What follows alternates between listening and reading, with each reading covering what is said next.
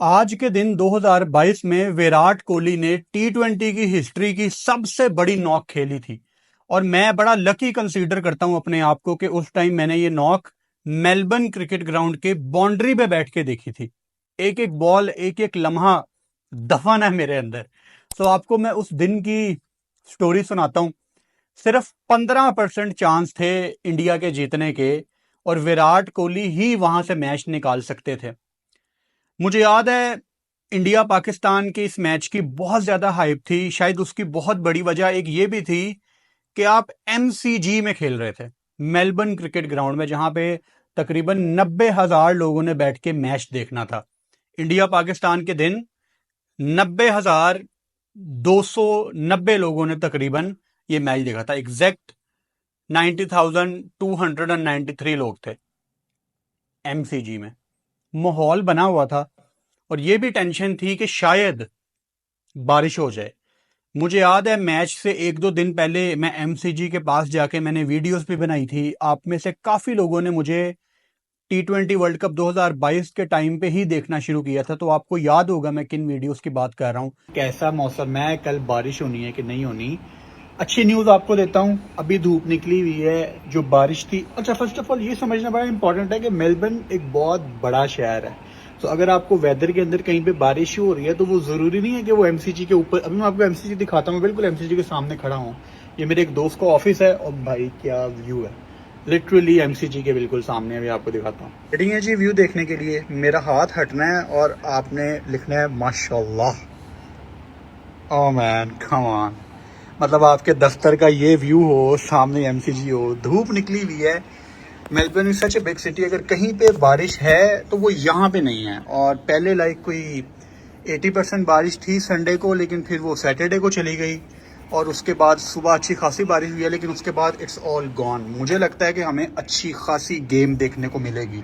MCG के सामने जाके मैं अपडेट देता था कि जी बारिश हो रही है, नहीं हो रही। इस मैच की सुबह जब मैं ग्राउंड के लिए निकला तो वेदर अपडेट मैंने चेक की, तो देखा मैंने कि आज शाम को बड़ी ठंड पड़ने वाली है। सो मैंने अपनी शर्ट के साथ ऑब्वियसली एक हुडी भी पहन लिया कि चलो यार शाम को ठंड हो जाएगी। और मैंने बैठना भी बिल्कुल बाहर है, बाउंड्री रोप के ऊपर, तो ठंड ना कहीं पे लग जाए। लकीली मेरे ऑस्ट्रेलियन दोस्त हैं, आप सब उनको देखते रहे हैं, डेनिस डज क्रिकेट, वही मुझे ग्राउंड लेके जा रहे थे। दूर दूर तक क्लाउड नजर आ नहीं रहे। हमें मैच देखने को लाजमी मिलेगा। अगर बारिश आती भी है तो शायद थोड़ी सी। दिल दिल पाकिस्तान जान जान पाकिस्तान दिल। और लकीली जो डेनिस के पास ना एक वीआईपी किस्म की पार्किंग थी जो एमसीजी के बिल्कुल सामने थी। यानी लोग कहां कहां दूर दूर पार्किंग कर रहे थे, लेकिन लकीली डेनिस के पास बिल्कुल ये एमसीजी का गेट है और ये एक प्राइवेट पार्किंग थी जो कि ऑब्वियसली रिमोट से खुलती थी, कोई और वहां पे गाड़ी पार्क नहीं कर सकता था। तो बड़े सुकून से, बड़ा स्मूथली हमने एमसीजी के सामने गाड़ी लगाई and literally in 10 seconds road cross करके हम स्टेडियम के अंदर चले गए। अब जब मैं स्टेडियम के अंदर चला गया हूं तो ऑब्वियसली मैच तकरीबन 5-6 घंटे पहले मैं स्टेडियम के अंदर चला गया था। इंडिया पाकिस्तान मैच है भाई ऑब्वियसली। तो मुझे ये रियलाइज हुआ अंदर जाते हुए कि मैं जो अपना हुडी है ना, मैं गाड़ी में भूल गया हूँ। लेकिन पीछे इतना रश था, लोग 90,000 बंदा अंदर आ रहा है ग्राउंड के यार ऑब्वियसली। मैंने कहा यार वापस तो नहीं मैं जा सकता, चलो खैर है अभी तो डे लाइट है, शायद इतनी ठंड ना पड़े। उसके बाद हमेशा एक बड़ी लाइफ टाइम मेमोरी होती है जब आप अपनी टीम का नेशनल एंथम सुने। पाकिस्तान का नेशनल एंथम जब मेलबर्न में लगा तो गूज बम्स, मतलब वो फीलिंग्स मैं बयान नहीं कर सकता। वो अभी भी मेरे अंदर वो फीलिंग्स हैं। मैं थोड़ी सी आंखें बंद करूँ ना तो मैं समझ सकता हूँ, मैं दोबारा वहां जा सकता हूँ पास्ट में कि उस टाइम मेरी क्या फीलिंग्स थी। पाक सर जमीन शाद बात।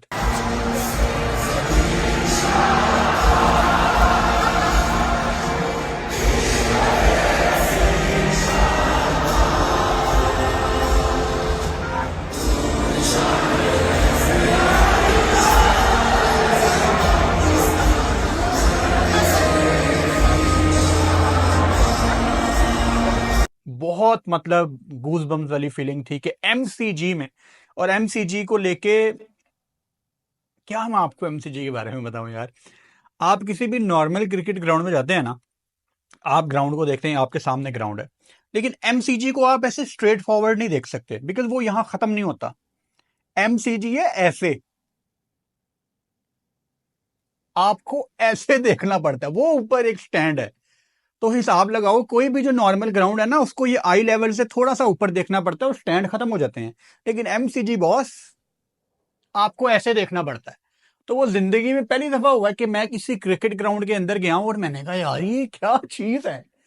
और असल मजा तो शाम को शुरू होता है एमसीजी में, क्योंकि एक तो उनकी वो फ्लड लाइट्स है ना, दूसरा उन्होंने अपने स्टैंड के ऊपर भी बड़ी बड़ी लाइट्स लगाई हुई हैं जो सिंक हैं साउंड सिस्टम के साथ।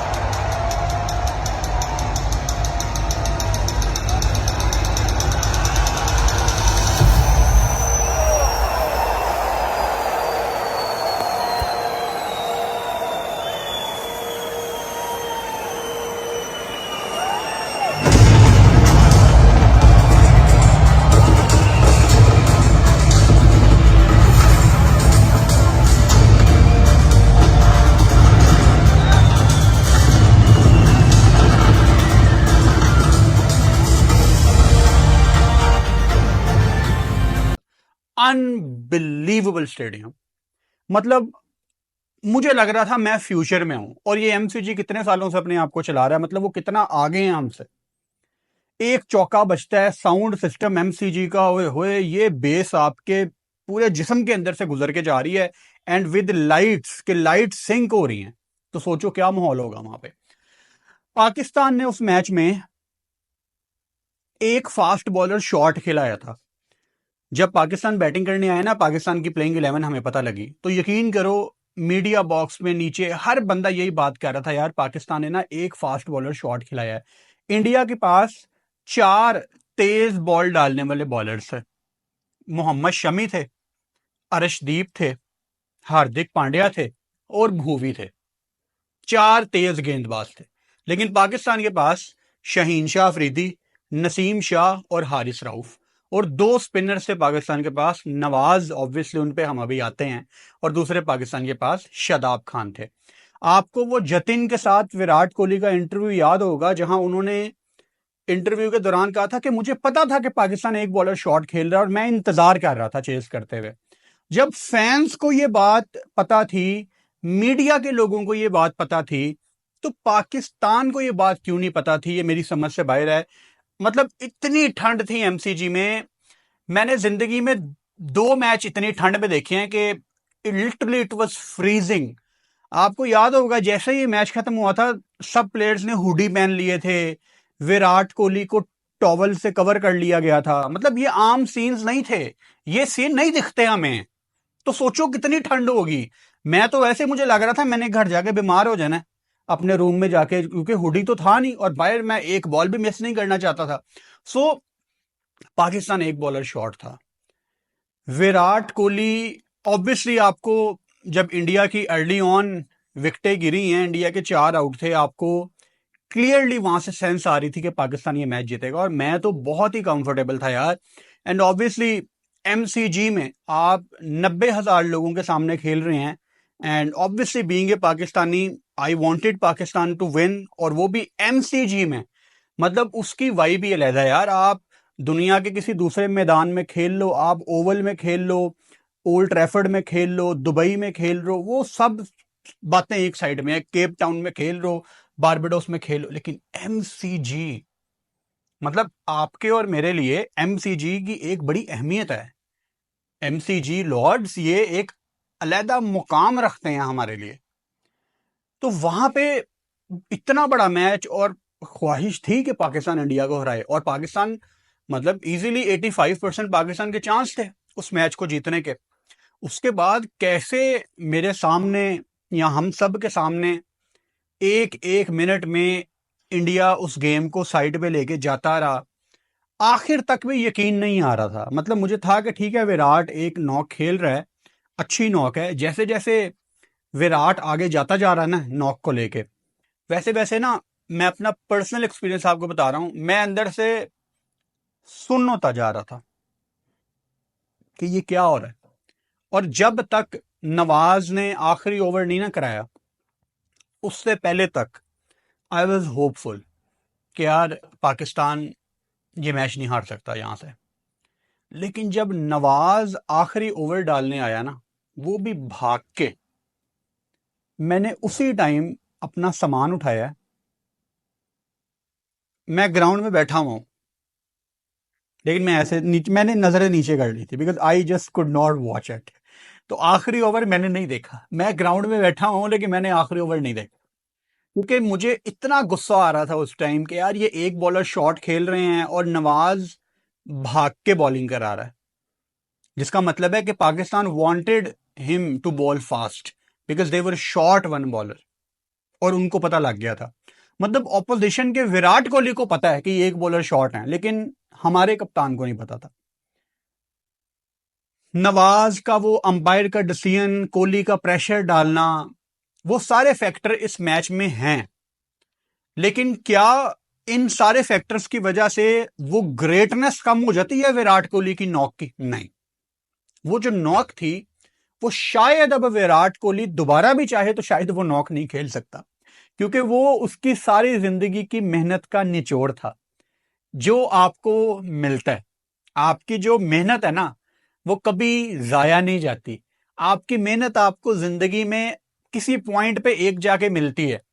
आप हालांकि उस तरफ इतनी एफर्ट भी नहीं लगा रहे होते।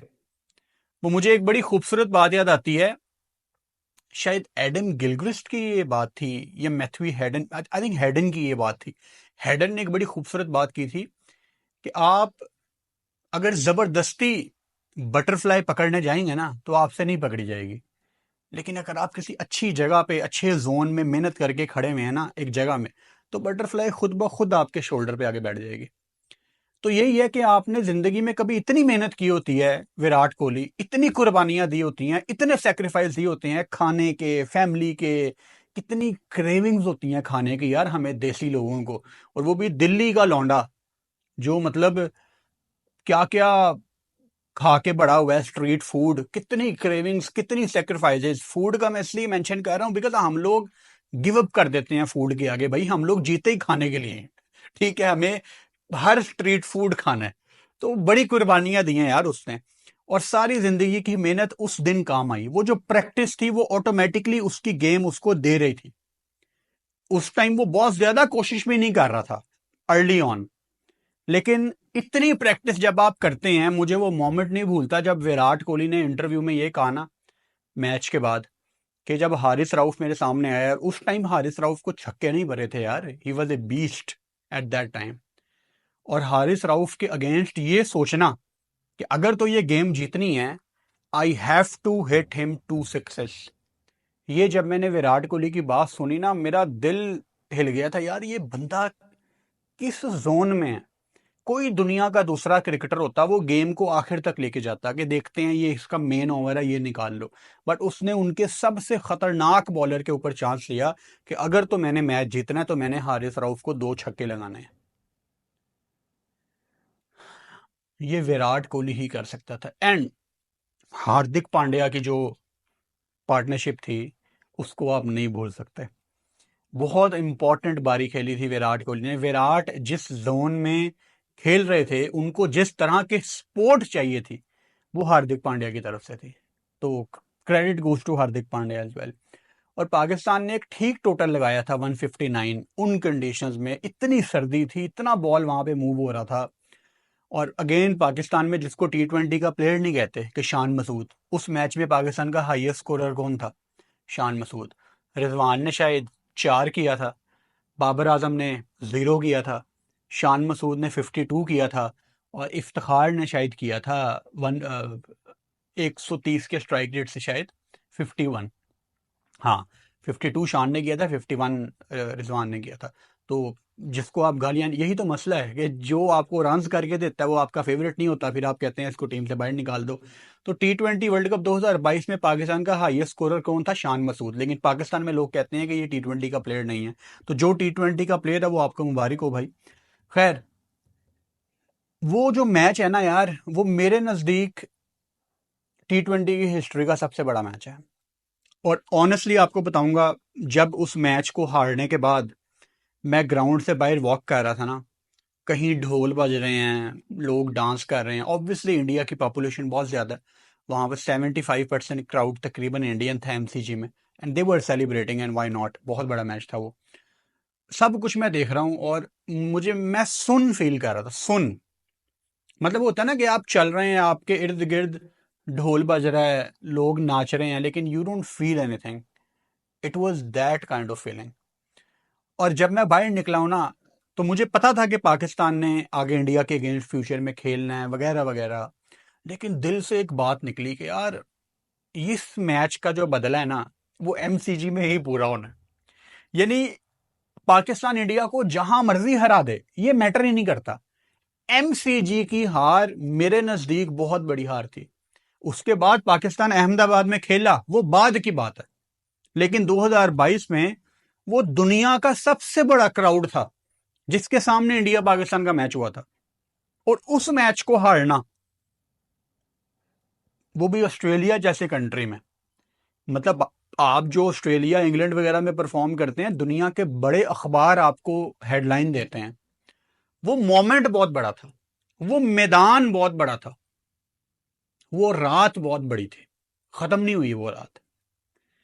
और मुझे 3-4 दिन तो मैं नॉर्मली नहीं हो पाया उसके बाद। यानी सिर्फ नलायकी थी पाकिस्तान की कि पाकिस्तान वो मैच हारा। कई मैच ऐसे जो हारने वाले नहीं थे, जो पाकिस्तान अपने टैक्टिक्स की वजह से हारा है, अपनी पुअर डिसीजन मेकिंग की वजह से हारा है। आपके इतने एक्सपीरियंस प्लेयर, इनको पिच रीड करनी नहीं आई। जहां पे मीडिया के लोग, जहां पे फैंस, हर बंदा ये बात कह रहा था कि यार, ये 4 फास्ट बॉलर खिलाने वाली पिच है, पाकिस्तान ने नहीं खिलाए। पाकिस्तान डिफेंसिव मोड में था कि नवाज को खिला लो। एक तो वो मैच विनर है ना नवाज, हम तू मेरा मैच विनर है। और दूसरा, जब आपको ये डर होता है ना कि यार he can bat as well, ये डिफेंसिव सोच है। आप ऑलरेडी बैकफुट पे आ जाते हैं, आप किसी ऐसे बंदे को खिला लेते हैं जो ना पूरा बैटर है ना पूरा बॉलर है, तो फिर क्या होना है? फिर यही होना है जो उस दिन हुआ था, आप हार जाते हैं। मेरे नजदीक ये T20 की हिस्ट्री का सबसे बड़ा मैच है। Virat Kohli is the greatest player of our generation. इस जनरेशन का विराट कोहली ग्रेटेस्ट प्लेयर है, और इस पे किसी को कोई डाउट नहीं है। अगर किसी को कोई डाउट है तो get well soon, get well soon. कल इंडिया का मैच है और पाकिस्तान का भी मैच है। जैसे ही इंडिया का मैच खत्म होगा, उनकी पोस्ट मैच वीडियो आएगी फॉरन यूट्यूब पे, और जैसे ही पाकिस्तान का मैच खत्म होगा तो उसकी भी पोस्ट मैच वीडियो आएगी यूट्यूब पे। अपना बहुत सारा ख्याल रखें। Good night.